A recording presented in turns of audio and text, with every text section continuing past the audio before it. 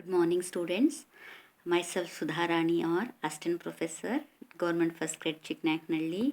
In the before video, I have explained net income approach, and in this video, I am trying to explain net operating income approach, which is one of the theory of capital structure. Actually, I have said net income approach is a relevant theory, but in this theory, it is also called theory of relevance. Net operating income approach theory is also known as theory of irrelevance. See, in the previous video I have said net income approach theory is a theory of relevant, but in this theory I am saying theory of ಇರ್ರಿಲೆವೆನ್ಸ್.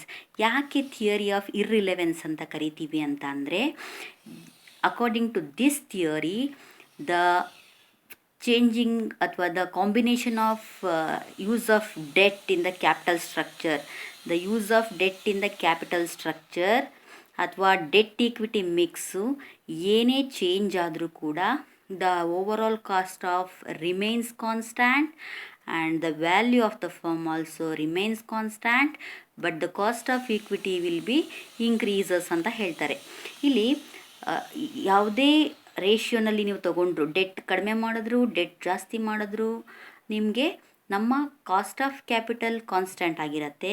ಹಾಗೆ value of the firm ಮೇಲೆ ಯಾವುದೇ ಪರಿಣಾಮ ಬೀರೋಲ್ಲ ಅಂತ ಹೇಳ್ತಾರೆ net operating income approach rules ಪ್ರಕಾರ.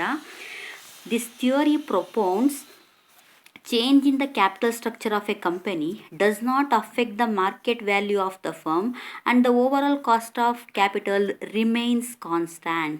ನೋಡಿ, ಈ ಥಿಯರಿ ಪ್ರಕಾರ the use of debt equity mix ಏನಿದೆ, ನೀವು ಕಡಿಮೆ ಮಾಡ್ಬೋದು ಜಾಸ್ತಿ ಮಾಡ್ಬೋದು, ಆದರೆ ಅದರ ಅಲ್ಟಿಮೇಟ್ ಎಫೆಕ್ಟ್ ಏನಾಗಿರುತ್ತೆ ಅಂದರೆ it does not affect the market value of the firm. ಅಂದರೆ value of the firm change ಆಗಲ್ಲ, remains constant, and the overall cost of capital also remains constant, but the cost of equity will increases. The cost of equity increases ಅಂತ ಹೇಳ್ತೀವಿ. ನೋಡಿ, ಇಲ್ಲಿ previous ವಿಡಿಯೋದಲ್ಲಿ ನಾನು explain ಮಾಡ್ಬೇಕಾದ್ರೆ ಹೇಳ್ತಿದ್ದೆ ನೆಟ್ ಇನ್ಕಮ್ ಅಪ್ರೋಚಲ್ಲಿ, if we use more and more debt the value of the firm increases and the overall cost of capital decreases ಅಂತ. ಬಟ್ ಈ ಥಿಯರಿ ಎಕ್ಸ್ಪ್ಲೈನ್ ಮಾಡುತ್ತೆ irrespective of the method of financing ನೀವು ಏನೇ ಮಾಡ್ಬೋದು. ಈಗ debt equity mix 50%, ಈಗ 10 crore ಬೇಕು ಅಂದರೆ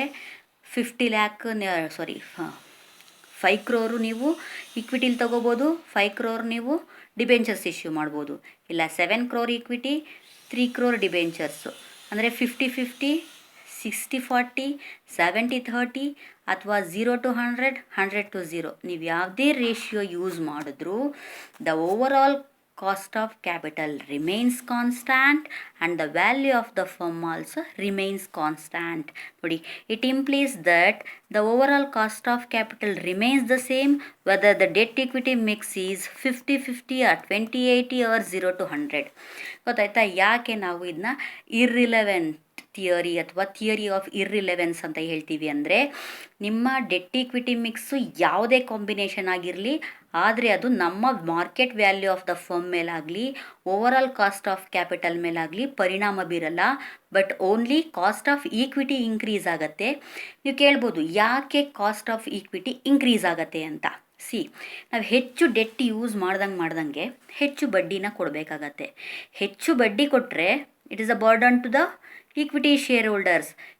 ಈಗ ಸಾಲ ಹೆಚ್ಚು ಮಾಡಿದ್ವಿ ಅಂತ ಅಂದರೆ ಡಿಬೆಂಚರ್ಸ್ಗೆ ನಾವು ಇಂಟ್ರೆಸ್ಟ್ ಕೊಡಲೇಬೇಕಾಗತ್ತೆ. ನಮಗೆ whether the company earns profit or loss, the interest should be paid to debenture holders.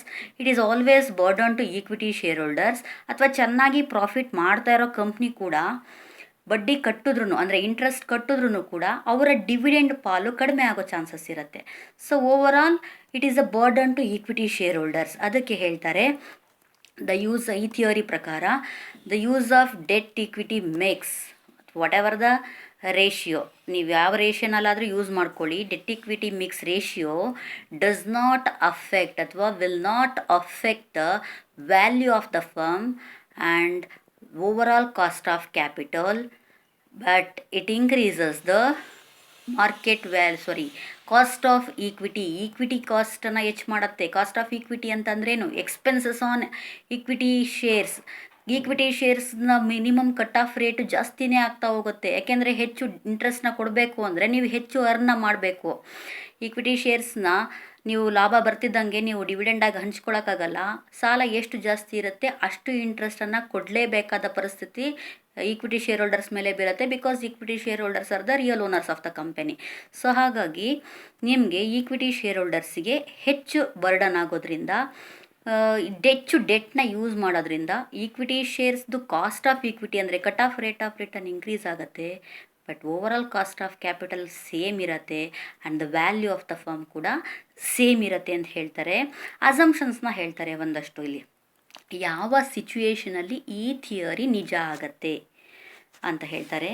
Assumptions ಅಥವಾ ಪ್ರಿಸ್ಯೂಮ್ಸ್ ಅಂತ ಅಂದ್ಕೊಂಡ್ರೆ, first one, the market capitalises the value of the firm as a whole. Value of the ಫರ್ಮ್ನ ಪೂರ್ತಿಯಾಗಿ capitalise ಮಾಡುತ್ತೆ, ಅಂದರೆ ಒಟ್ಟಿಗೆ value of the ಫರ್ಮ್ನ capitalise ಮಾಡುತ್ತೆ.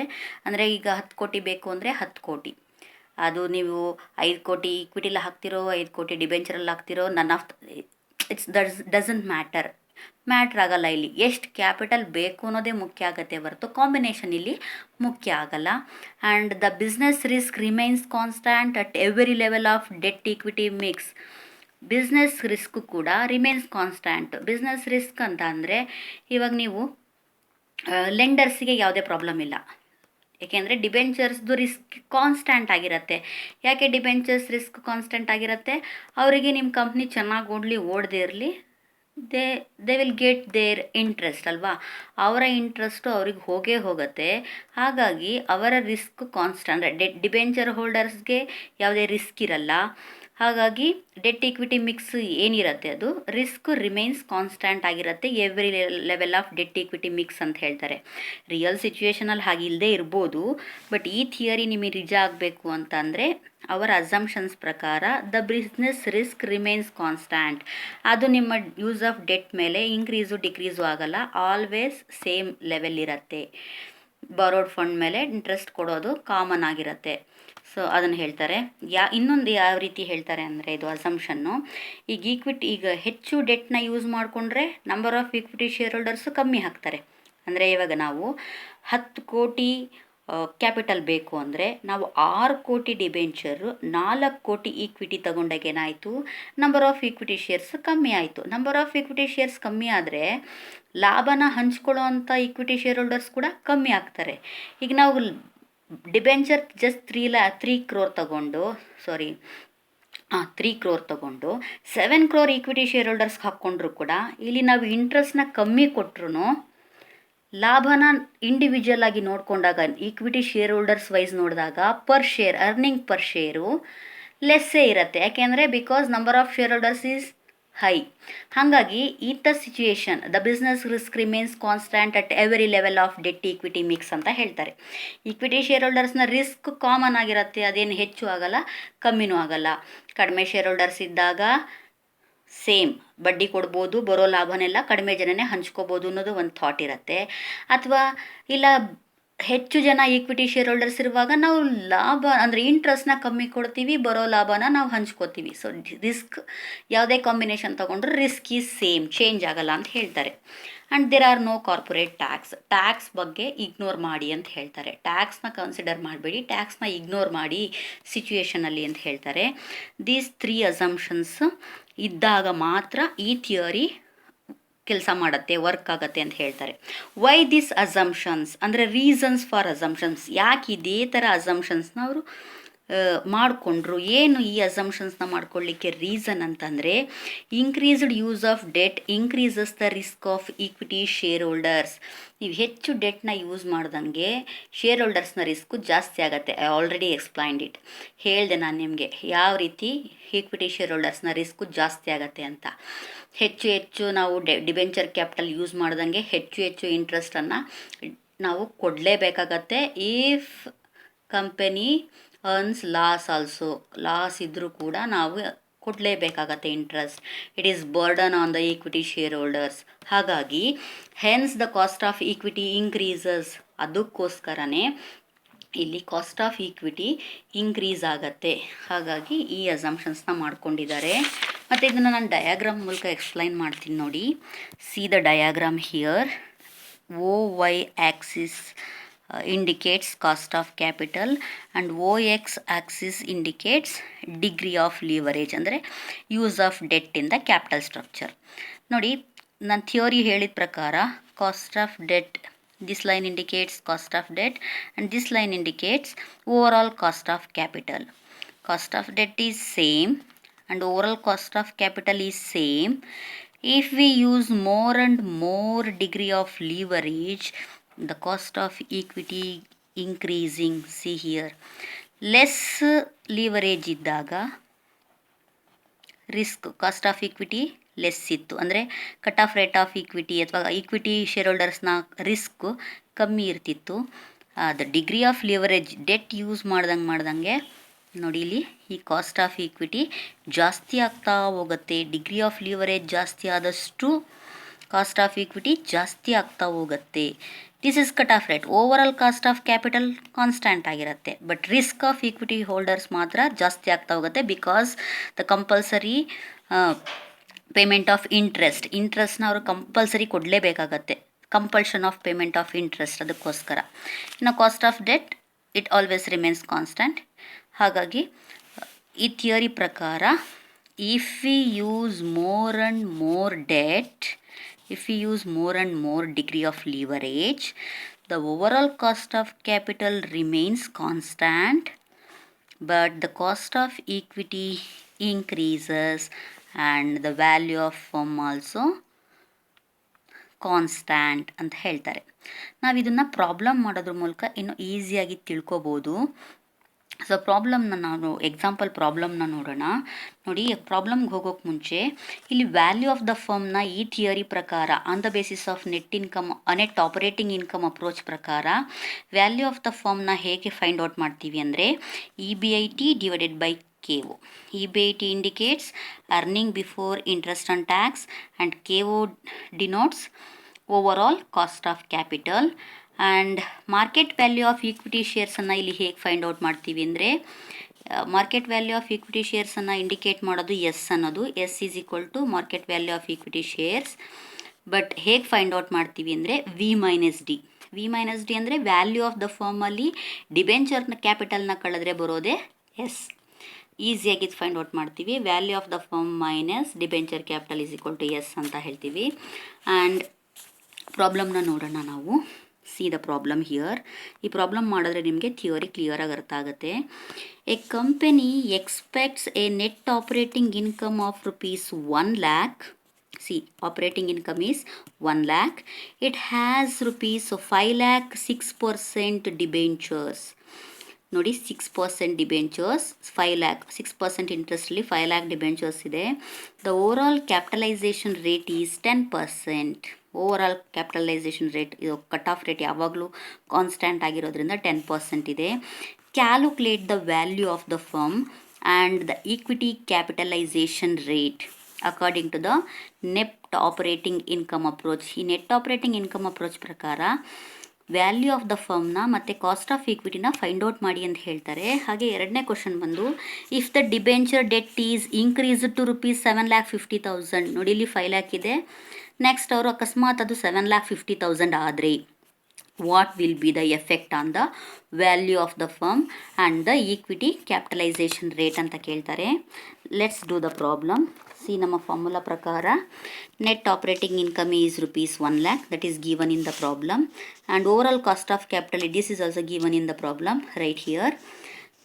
First, now we have to find out market value of the firm, that is V.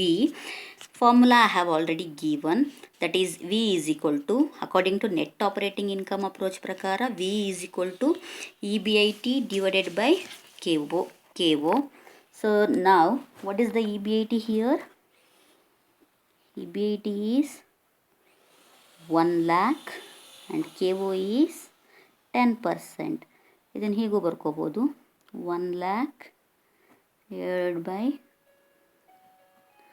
100 divided by 10 ಅಂತ. ಏಕೆಂದರೆ percentage ತೆಗಿಬೇಕಲ್ವಾ. 1 lakh into 100 divided by 10. What is the value of the firm? Answer ಬರುತ್ತೆ 10 lakh. Answer is 10 lakh, 10 lakh.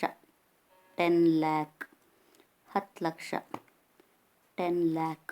ಇಲ್ಲಿ ಬರಿತೀನಿ 10 lakh.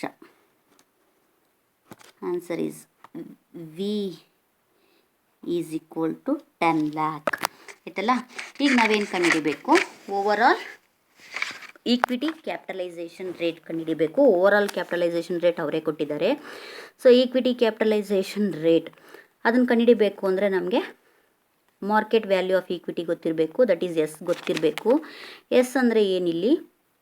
S ಅಂದರೆ V minus D, that is value of the firm minus debenture ಅಂತ ಹೇಳ್ತೀವಿ.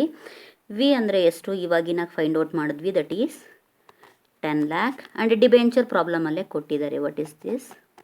5 lakh ಅಲ್ವಾ? ಎಸ್, ದ ಎಸ್ ಈಸ್ ಅಂದರೆ market value of equity is 5 lakh. But ನಾವಿಲ್ಲಿ ಏನು ಕಂಡುಹಿಡಿಬೇಕು? ಕಾಸ್ಟ್ ಆಫ್ ಈಕ್ವಿಟಿ ಕಂಡುಹಿಡಿಬೇಕು. ಕಾಸ್ಟ್ ಆಫ್ ಈಕ್ವಿಟಿ ಕಂಡುಹಿಡಿಬೇಕು ಅಂದರೆ formula is cost of equity is that is K E ಅಂತ ಕೂಡ ಕರಿತೀವಿ ಇದನ್ನ, ಕೆ ಇ. ಹೇಗೆ ಕಂಡುಹಿಡಿಬೇಕು ಅಂದರೆ earnings available to equity share holders, earnings available to equity holders divided by total market value of equity shares, total market value of equity shares.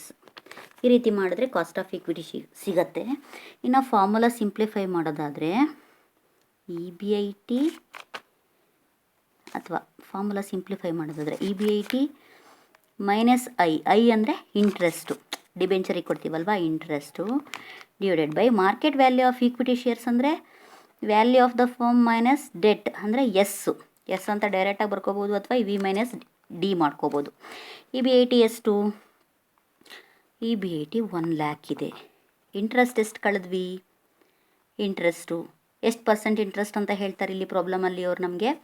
Interest 5 lakh ಮೇಲೆ 6% ಅಂತ ಹೇಳ್ತಾರೆ. 5 lakh ಡಿಬೆಂಚರ್ ಇದೆ ನೋಡಿ, ಇಲ್ಲಿ 5 lakh debenture ಇದೆ. 5 lakh ಮೇಲೆ 6% ಅಂದರೆ 30,000 interest ಆಗುತ್ತೆ per year. This is debenture interest I am writing here. 30,000 ಆಯಿತಾ? 1 ಲಕ್ಷದಲ್ಲಿ 30,000. ಇನ್ನು value of the firm 10 lakh minus debt capital ಅಂದರೆ 5 lakh. ಸೊ ಸಿಂಪ್ಲಿಫೈ ಮಾಡಿದ್ರೆ 1 lakh minus 30,000 70,000 divided by S, V minus D is equal to S ಅಲ್ವಾ? ನಾವು ಡೈರೆಕ್ಟಾಗಿ S ಬರ್ಕೊಂಡಿದ್ರು ಆಗೋದು 5 lakh. So what is percentage? Cost of equity is 14%. So answer cost of equity 14% ಇದೆ. ಇದು ನೋಡಿ, ವ್ಯಾಲ್ಯೂ ಆಫ್ ದ ಫರ್ಮ್ ಕಂಡಿಡಿಯೋಕ್ಕೆ ಹೇಳಿದ್ರು, cost of equity ಕಂಡಿಡಿಯೋಕ್ಕೆ ಹೇಳಿದ್ರು. ವ್ಯಾಲ್ಯೂ ಆಫ್ ದ ಫರ್ಮು ನಮಗೆ 5 lakh ಸಿಕ್ಕಿದೆ, 10 lakh ಸಿಕ್ಕಿದೆ. ಅದೇ ರೀತಿ ಕಾಸ್ಟ್ ಆಫ್ ಈಕ್ವಿಟಿ 14%. ಇನ್ನೊಂದು ಸೊನ್ನೆ ಸೇರಿಸ್ಬೇಕಿಲ್ಲ. Okay, 10 lakh minus 5 lakh. Next ಎರಡನೇ ಕ್ವಶನ್ ನೋಡೋಣ. ಅವ್ರು ಹೇಳ್ತಾರೆ, if the debenture is increase to ₹7,50,000, debenture capital 7,50,000 ಆದರೆ ಅಂತ ಕೇಳ್ತಾರೆ. ಡಿಬೆಂಚರ್ ಕ್ಯಾಪಿಟಲ್ ಎರಡನೇ question. If debt is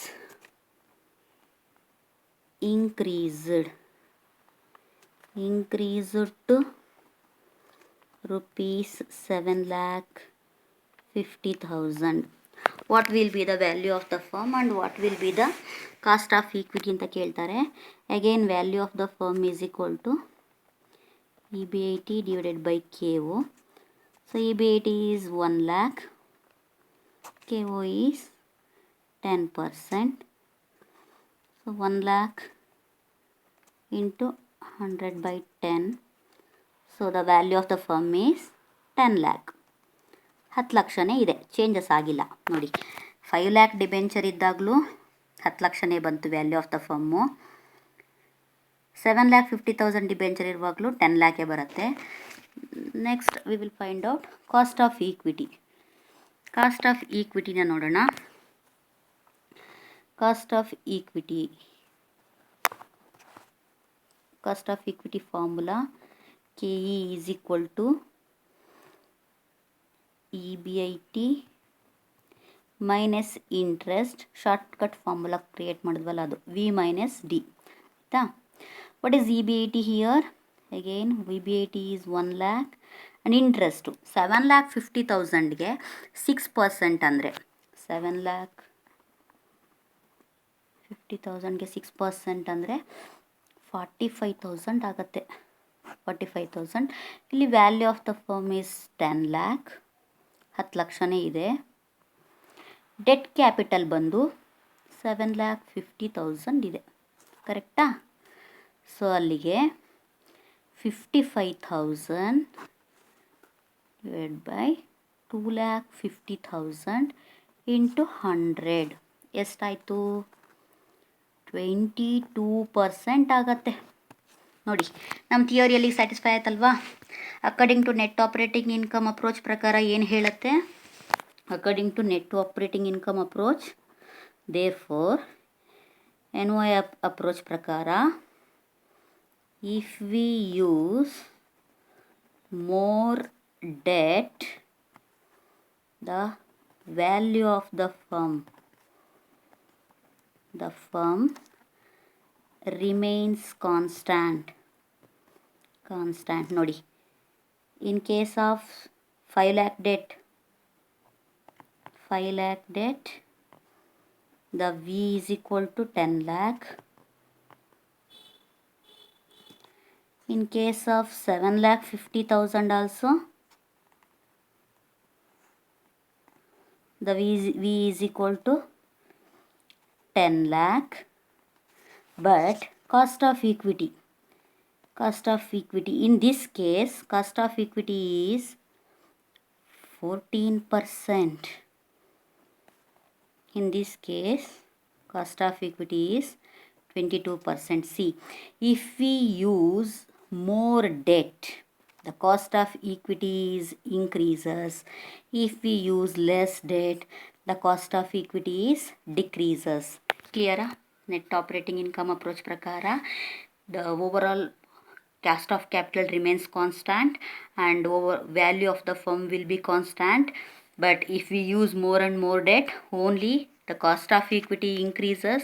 If we use less debt, the cost of equity will be decreases. Theory clarify aitalva? Yes. Dear students, if you satisfy this video ಅಥವಾ ನಿಮಗೆ teaching ಅರ್ಥ ಆಯಿತು ಅಂದರೆ please do subscribe my channel. Thank you.